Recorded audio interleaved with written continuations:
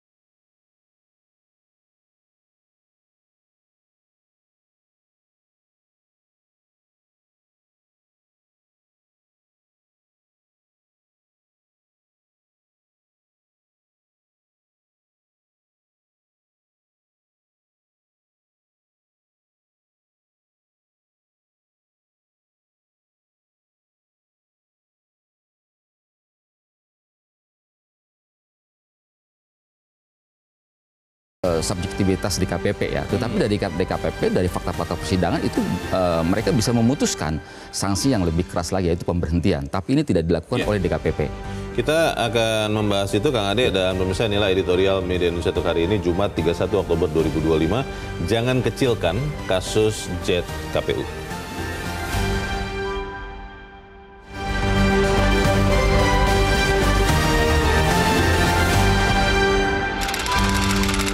Jangan kecilkan kasus jet KPU.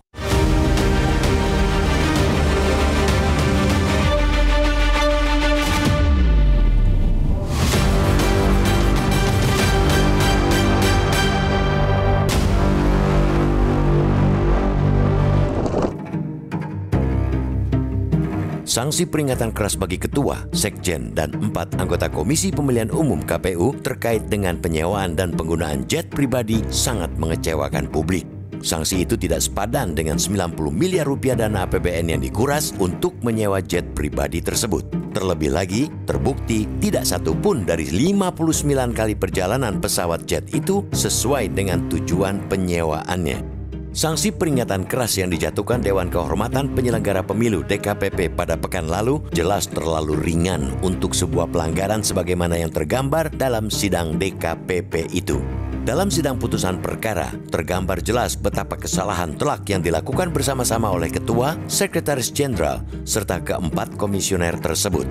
Pertama, dari sejumlah tipe jet pribadi yang ada, KPU memilih menyewa jet dengan jenis mewah, yakni Embraer Legacy 650. Penyewaan jet itu disebutkan untuk distribusi logistik serta monitoring dan evaluasi logistik pemilu 2024. Namun ketika perjalanan tidak menunjukkan kegiatan distribusi logistik sebagaimana dimaksud, melainkan monitoring gudang logistik ke beberapa daerah, menghadiri bimbingan teknis kelompok penyelenggara pemungutan suara KPPS, penyerahan santunan untuk petugas badan ad hoc, hingga monitoring pemungutan suara ulang di Kuala Lumpur, Malaysia. Dengan sederet bukti itu, sangat aneh ketika DKPP tidak memilih sanksi yang benar-benar tegas. Sanksi yang diputuskan oleh sebagian publik dinilai sekadar terdengar garang, namun tanpa implikasi nyata pada pelanggar. Bukan hanya pemecatan atau pemberhentian tetap, senjata pamungkas DKPP adalah memastikan penyelenggaraan pemilu ke depan lebih bersih. Maka, vonis yang paling tinggi mestinya mereka dinilai tidak memenuhi kualifikasi sebagai penyelenggara pemilu untuk saat ini dan masa depan. Namun karena sanksi yang ada masih berlevel melempem, maka mestinya kasus itu segera diusut dalam aspek adanya dugaan pelanggaran pidana. Apalagi potensi adanya dugaan penyelewengan anggaran negara amat mungkin terjadi. Dengan begitu, kasus penyewaan jet pribadi ini harusnya pantang dikerdilkan sebatas pelanggaran etika dan administrasi. Komisi Pemberantasan Korupsi KPK harus mengusut kasus itu dengan tuntas. Berikut mengusut pula segala kejanggalan yang mungkin terjadi. Segala potensi adanya tindak pidana korupsi harus diungkap dan seluruh orang yang terkait dengan itu harus dibawa hingga ke pengadilan.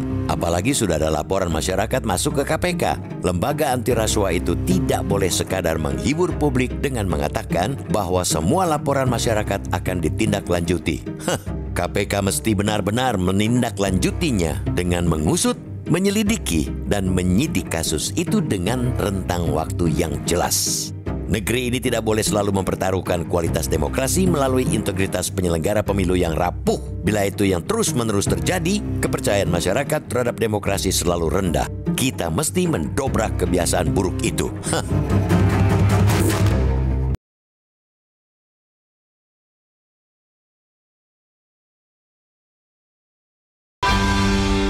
Di bagian berikut Anda bisa menyatakan pendapat Anda, pemirsa. Untuk saat ini tetaplah bersama kami.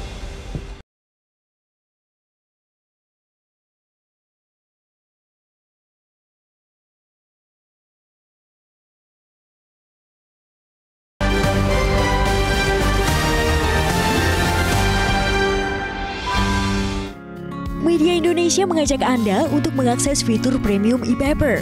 Dengan sajian konten berbasis intelektual dan meneguhkan kebangsaan, Media Indonesia tampil dengan lebih dinamis melalui e-paper Media Indonesia yang dapat Anda akses kapan saja, di mana saja. Caranya mudah, download aplikasi Media Indonesia di Android atau ketik link e-paper.mediaindonesia.com atau bisa scan QR code pada layar kaca Anda. Klik tab e-paper di bagian samping layar tablet Anda, daftarkan data diri, serta pilih paket berlangganan e-paper Media Indonesia sesuai dengan kebutuhan Anda. Nikmati juga bonus spesial tambahan 4 halaman rubrik fokus setiap hari. Semua bisa Anda dapatkan hanya di e-paper Media Indonesia. Untuk informasi lebih lanjut, hubungi customer service di nomor 0811 1201 2018 atau kunjungi media sosial @mediaindonesia. Media Indonesia, referensi bangsa. Terima kasih pemirsa, Anda masih bersama kami dan kita akan mendengarkan dulu ya Kang Ade pendapat dari pemirsa Metro TV. Kali ini kita sudah terhubung dengan pemirsa Metro TV di Banjarmasin, Kalimantan Selatan. Ada Pak Tasrik Usman. Pak Tasrik, selamat pagi. Selamat pagi Mas Leo, selamat pagi Bang Ade Alawi. Assalamualaikum warahmatullahi wabarakatuh. Waalaikumsalam warahmatullahi wabarakatuh. Bagaimana Pak Tasrik kita melihat penyelesaian DKPP kepada Komisioner KPU? Apakah menurut Anda Pak Tasrik itu sudah layak atau memang ya seharusnya bisa diperberat? Ya, keputusan DKPP tentang sanksi kepada anggota KPU yang hanya mengeluarkan pelanggaran etik itu sangat tidak etis dan tidak tepat ya. Karena biar bagaimanapun masyarakat sangat kecewa di mana pimpinan dan anggota KPU itu kan menggunakan jet pribadi itu selama 59 kali kemudian menggunakan APBN 90 miliar. Kemudian juga mereka mengunjungi tempat-tempat yang tidak sesuai dengan peruntukannya, misalnya daerah terpencil. Mereka hanya mendatangi provinsi-provinsi mau ngamati tentang distribusi daripada alat-alat peraga dan sebagainya. Itu kan tidak tepat. Nah, menurut hemat saya, ini KPK sekarang lagi mengadakan penyelidikan dan itu kita berharap KPK lebih proaktif ya, karena kalau ini dibiarkan nanti KPU ke depan juga akan memanfaatkan situasi ini dengan seperti yang ada sekarang dan ini sangat mengecewakan bagi masyarakat. Jadi KPK sebaiknya untuk menindaklanjuti terhadap putusan yang mengecewakan dari DKPP ini. Terima kasih. Assalamualaikum warahmatullahi wabarakatuh. Waalaikumsalam warahmatullahi wabarakatuh. Terima kasih Pak Tasir Gusman dari Banjarmasin, Kalimantan Selatan. Selamat pagi Pak. Sama ya dengan yang banyak masyarakat katakan, Pak Tasik mengatakan ini harusnya diselidiki dan KPK juga harusnya menyelidiki. Tapi pertanyaannya begini, Kang Ade, kalau kemudian terbukti tidak ada yang diuntungkan, kan yang namanya korupsi kan merugikan keuangan negara dan kemudian memperkaya diri sendiri ya. Kalau ternyata tidak terbukti, nanti KPK mengatakan ternyata tidak ada masalah, itu bagaimana? Ya, proses hukum ini kan berdasarkan prinsip praduga tidak bersalah ya. Jadi segala sesuatunya mungkin saja tidak bersalah ya sejumlah komisioner KPU ini. Tetapi yang paling penting adalah proses etik berjalan, kemudian proses hukum juga harus berjalan. Karena misalnya titik krusialnya itu adalah misalnya pemilihan vendor itu kan, vendor pesawat jet ya. Oh, pengadaan pesawatnya ya? Pengadaan pesawat. Ini kan juga tipenya tipe sangat mahal gitu, tipe yang paling mahal ya. Tipenya itu Embraer Legacy 650. 650. Ini tipe yang sangat mahal. Nah, ini menurut saya KPK bisa masuk di situ. KPK memiliki keahlian juga menurut saya bagaimana menyelidiki apakah pelanggaran etik ini memang di dalamnya ada pelanggaran hukum seperti itu. Jadi sangat mudah menurut saya KPK memiliki kemampuan ya bagaimana menyelidiki kasus ini. Nah, yang paling penting adalah seharusnya putusan DKPP ini adalah menjadi efek jera bagi komisioner KPU lainnya sampai ke daerah. Nah, ini dilakukan oleh komisioner di tingkat pusat. Jadi harusnya menjadi efek jera dan ini menjadi alarm yang sangat kuat bagaimana semua penyelenggara pemilu mulai dari pusat sampai daerah ini harus betul-betul menjunjung tinggi yang namanya etika seperti itu. Karena apa? Karena etika ini adalah di atas hukum ya. Dan kualitas demokrasi, kualitas pemilu ini ditentukan oleh sejauh mana para komisioner KPU-nya, penyelenggara pemilunya itu memiliki kualitas juga. Salah satu indikator dari kualitas itu adalah memiliki integritas moral. Jadi dua persyaratan utama untuk menjadi pimpinan, untuk menjadi komisioner KPU itu adalah pertama memiliki keahlian untuk menyelenggarakan pemilu. Kemudian yang kedua memiliki integritas. Nah, 5 orang yang kemarin dinyatakan melanggar etik ini adalah mereka orang-orang menurut saya pada mulanya orang-orang yang baik mereka. Mereka mampu menyingkirkan 479 kandidat. Jadi ratusan kandidat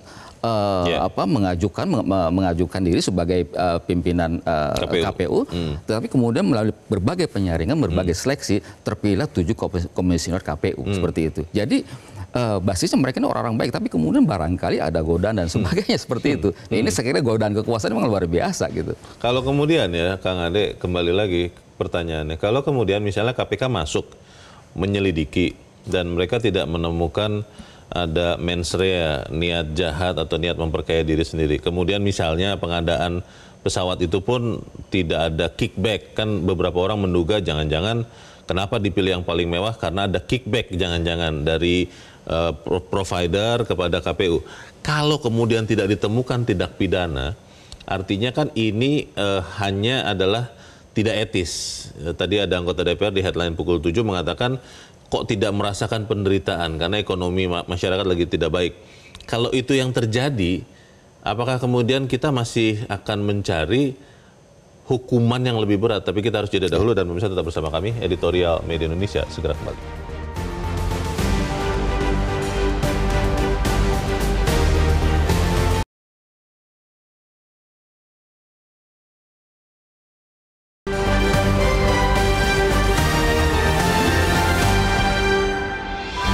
Anda bersama kami dan kita di bagian akhir diskusi kita pagi ini. Kang Ade, kalau kemudian ternyata setelah diperiksa, kalau KPK benar-benar melakukan apa yang dia katakan ya, ternyata tidak ada niat jahat, tidak ada memperkaya diri sendiri, tidak ada permainan kickback pengadaan pesawat itu, lalu apa yang kita bisa harapkan selanjutnya? Ya, pertama adalah laporan ini sudah disampaikan ke KPK, maka proses itu harus berjalan. Bila katakanlah tidak ada pelanggaran hukum, dugaan pelanggaran hukum, maka KPK pun harus memutuskan bahwa ini tidak ada pelanggaran hukum, SP3. Tetapi jika ada, harus terus berjalan. Jadi kita basisnya adalah presumption of innocence ya. Bagaimana asas praduga tak bersalah harus kita junjung tinggi-tinggi. Nah, bila nanti putusan hukum menyatakan mereka tidak bersalah, maka menurut saya sanksi pelanggaran etik ini, teguran keras ini, merupakan catatan ya, catatan bagaimana mereka ketika mereka katakanlah mendaftar lagi pada 2027 nanti, mereka kan habisnya kan 2027 kan. Nah, ini menurut saya harus menjadi catatan ya, catatan bagi DPR, catatan bagi tim pansel bahwa mereka ini pernah melakukan pelanggaran, dan pelanggaran bukan main-main ya, sanksi yang sangat keras ya, teguran ya, teguran sifatnya keras, peringatan keras. Nah, ini menurut saya menjadi catatan yang sangat serius. Jadi penyelenggara pemilu, calon penyelenggara pemilu nantinya harus betul-betul mereka memiliki integritas. Mereka tidak memiliki catatan katakanlah catatan hitam pelanggaran hukum ataupun catatan pelanggaran etik. Jadi betul-betul mereka ini pribadi yang menurut saya pribadi yang bersih. Ini menurut saya persoalan yang sangat serius karena seorang penyelenggara pemilu dalam hal ini adalah komisioner KPU, mereka harus memiliki yang namanya sense of ethic ya. Nah, sense of ethic ini juga muncul juga dari sense of crisis. Indonesia ini sekarang dalam kondisi yang tidak baik-baik saja, perlu adanya efisiensi, perlu adanya bagaimana kita memiliki keprihatinan, bagaimana kita menjaga keuangan negara. Jangan kemudian mentang-mentang mereka anggarannya naik 57% ya daripada 2019 menjadi 71 triliun. Ini kemudian mereka masih ada dana nih kan. Udahlah menggunakan jet pribadi. Padahal peruntukannya bukan untuk monitoring logistik di daerah 3T. Kalau KPK ternyata belum juga bergerak, Kang Ade, apa yang akan terjadi? Ya, menurut saya harus didesak terus ya, bagaimana aparat penegak hukum dalam hal ini KPK harus bekerja secara sungguh-sungguh. Bila memang tidak ada dugaan pelanggaran hukum yang mesti disampaikan. Inilah pentingnya menurut saya kepastian hukum. Jadi proses hukum ini tujuannya 3. Pertama ada kepastian hukum, yang kedua adalah keadilan, yang ketiga adalah kemanfaatan untuk masyarakat. 3 hal inilah yang menurut saya harus dipegang oleh KPU dalam konteks menyelidiki dugaan pelanggaran penggunaan pesawat jet 59 kali oleh komisioner KPU. Baik, kita tunggu langkah dari KPK dan KPU selanjutnya. Kang Ade, terima kasih sudah di tempat ini. Selamat pagi, Kang. Pagi. Pemirsa, negeri ini tidak boleh selalu mempertaruhkan kualitas demokrasi melalui integritas dari penyelenggara pemilu yang rapuh. Kalau itu terus-menerus terjadi, kepercayaan masyarakat terhadap demokrasi selalu rendah. Kita harus mendobrak kebiasaan buruk itu. Saya Leonard Samsudin, terima kasih Anda sudah menyimak editorial Media Indonesia pagi ini. Terus jaga kesehatan Anda, terus jaga nurani Anda. Selamat pagi, sampai jumpa.